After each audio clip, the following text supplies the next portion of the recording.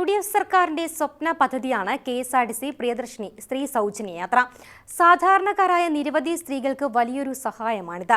എന്നാൽ ഈ പദ്ധതി യാഥാർത്ഥ്യമായതോടെ സ്വകാര്യ ബസ് ഉടമകൾക്ക് വൻ നഷ്ടത്തിലേക്ക് നീങ്ങുകയാണ്. ലാഭത്തിൽ സർവീസ് നടത്തിക്കൊണ്ടിരുന്ന പല സ്വകാര്യ ബസ്സുകൾക്കും വൻ തിരിച്ചടി നേരിടേണ്ടി വരുന്ന സാഹചര്യമാണ് നിലവിലുള്ളത്. ഇപ്പോൾ പ്രിയദർശിനി സ്ത്രീ സൗജന്യ യാത്ര ആരംഭിച്ച് ഒരു മാസം പിന്നിടുകയാണ്. ഈ ഒരു മാസത്തിൽ എത്ര രൂപയുടെ നഷ്ടം സ്വകാര്യ ബസ് ഉടമകൾക്ക് ഉണ്ടായി? കണക്കുകൾ എങ്ങനെയാണ്? എത്ര സ്വകാര്യ ബസ്സുകൾ ഇതിനോടകം സർവീസ് നിർത്തി? പരിശോധിക്കാം വിശദമായി. ഞാൻ അനശ്വര. പ്രിയദർശിനി സ്ത്രീ സൗജന്യ യാത്ര കാരണം സ്വകാര്യ ബസ് മേഖലയ്ക്ക് ഒരു മാസത്തിനിടെ 65 കോടി രൂപയുടെ വരുമാന നഷ്ടം ഉണ്ടായി എന്ന ഞെട്ടിക്കുന്ന കണക്കുകളാണ് ഇപ്പോൾ പുറത്തുവരുന്നത്. 500-ൽ അധികം ബസ്സുകൾ സർവീസ് നിർത്തി. സർവീസ് നടത്തുന്നവയിൽ നിന്ന് പകുതിയും മുഴുവൻ ട്രിപ്പും നടത്തുന്നില്ല എന്നും ഉടമകൾ അറിയിക്കുന്നു. ദിനംപ്രതി 16,000 രൂപ കിട്ടിയ ബസ്സുകൾക്ക് ലഭിക്കുന്നത് 10,000 രൂപയിൽ താഴെ മാത്രമാണെന്നാണ് വിവരങ്ങൾ. നെഗറ്റീവ് ബാലൻസിലാണ് കണക്കുകൾ അവസാനിക്കുന്നത്. പകൽ സമയങ്ങളിൽ ബസ്സുകൾ പലതും കുറവാണ്. സ്വകാര്യ ബസ്സുകൾ മുന്നിലൂടെ കടന്നുപോയാലും KSRTCക്കായി സ്റ്റോപ്പിൽ കാത്തുനിൽക്കുകയാണ് ഭൂരിഭാഗം സ്ത്രീകളും.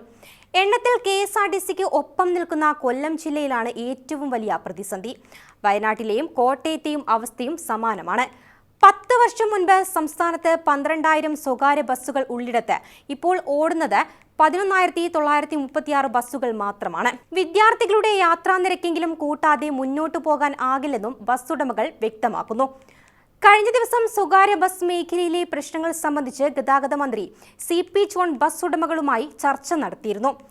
തിരുവനന്തപുരത്ത് ട്രാൻസ്പോർട്ട് കമ്മീഷണറുടെ ഓഫീസിൽ വെച്ചായിരുന്നു ചർച്ച നടന്നത്.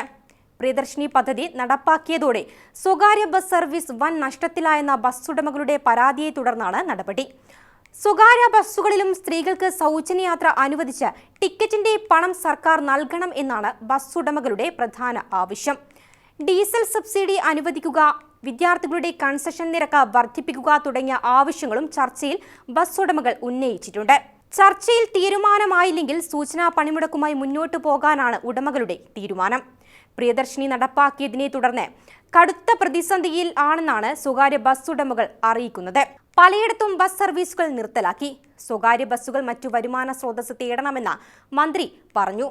ചർച്ചയ്ക്ക് പിന്നാലെ KSRTC ബസ്സുകളിൽ സ്ത്രീകൾക്ക് സൗജന്യ യാത്ര അനുവദിച്ചതുവഴി സ്വകാര്യ ബസ് മേഖലയിലുണ്ടായ പ്രതിസന്ധിയെക്കുറിച്ച് പഠിക്കാൻ സർക്കാർ വിദഗ്ധ സമിതിയെ നിയോഗിച്ചിട്ടുണ്ട്. മുൻ ഗതാഗത കമ്മീഷണർ കൂടിയായ K പത്മകുമാർ അധ്യക്ഷനായ 5-അംഗ സമിതി 6 ആഴ്ചയ്ക്കുള്ളിൽ റിപ്പോർട്ട് സമർപ്പിക്കും. പൊതുഗതാഗത മേഖലയെ സംരക്ഷിക്കുന്നതിനും കൂടുതൽ വാഹനങ്ങൾ സംസ്ഥാനത്ത് രജിസ്റ്റർ ചെയ്യുന്നത് പ്രോത്സാഹിപ്പിക്കുന്നതിനുമായി മോട്ടോർ വാഹന നികുതിയിൽ വൻ കുറവാണ് VD സർക്കാർ ബജറ്റിൽ പ്രഖ്യാപിച്ചത്.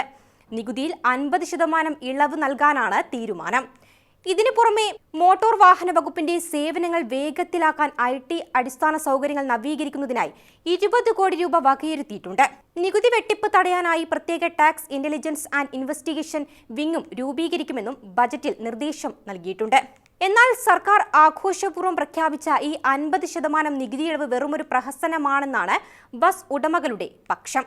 വാഹന നികുതിയിലെ ഈ ഇളവ് കണക്കാക്കിയാൽ ഒരു ബസ്സിന് മാത്രം ഒരു ദിവസം ലഭിക്കുന്ന ഗുണം കേവലം 106 രൂപ 50 പൈസ മാത്രമാണെന്ന് അവർ ചൂണ്ടിക്കാട്ടുന്നു. പ്രതിദിനം 6,000 രൂപയുടെ നഷ്ടം സഹിച്ച സർവീസ് നടത്തുന്ന തങ്ങൾക്ക് ഈ ചെറിയ തുക കൊണ്ട് വ്യവസായത്തെ മുന്നോട്ട് കൊണ്ടുപോകാൻ കഴിയില്ലെന്ന് ഉടമകൾ വ്യക്തമാക്കുന്നു. സ്ത്രീകൾക്ക് KSRTC സൗജന്യ യാത്ര അനുവദിച്ചതോടെ സ്വകാര്യ ബസ്സുകളെ ആശ്രയിച്ചിരുന്ന വലിയൊരു വിഭാഗം യാത്രക്കാർ KSRTCയിലേക്ക് മാറിയതാണ് ഈ വരുമാന തകർച്ചയുടെ പ്രധാന കാരണം. നിലവിലെ സാഹചര്യത്തിൽ ജൂലൈ 1-ന് ശേഷം സംസ്ഥാനത്ത് സ്വകാര്യ ബസ്സുകൾക്ക് നിരത്തിൽ ഇറങ്ങാൻ കഴിയാത്ത അവസ്ഥ വരുമെന്ന് ഭാരവാഹികൾ അറിയിച്ചു. ബജറ്റിൽ മുഖ്യമന്ത്രിയിൽ നിന്ന് വലിയ തോതിലുള്ള പിന്തുണ പ്രതീക്ഷിച്ചിരുന്ന തങ്ങൾക്ക് ഈ പ്രഖ്യാപനങ്ങൾ വലിയ നിരാശയാണ് നൽകിയതെന്നും അവർ കൂട്ടിച്ചേർത്തു. സർവീസുകൾ പൂർണ്ണമായും നിർത്തിവെക്കേണ്ട ഗതികേടിലാണ് തങ്ങളെന്ന് ബസ് ഉടമകളുടെ പ്രതിനിധി T ഗോപിനാഥൻ വ്യക്തമാക്കി. വരുമാന നഷ്ടം നികത്താൻ നിലവിലെ നികുതി പരിഷ്കാരങ്ങൾ കൊണ്ട് സാധിക്കില്ല എന്നും അദ്ദേഹം വ്യക്തമാക്കി.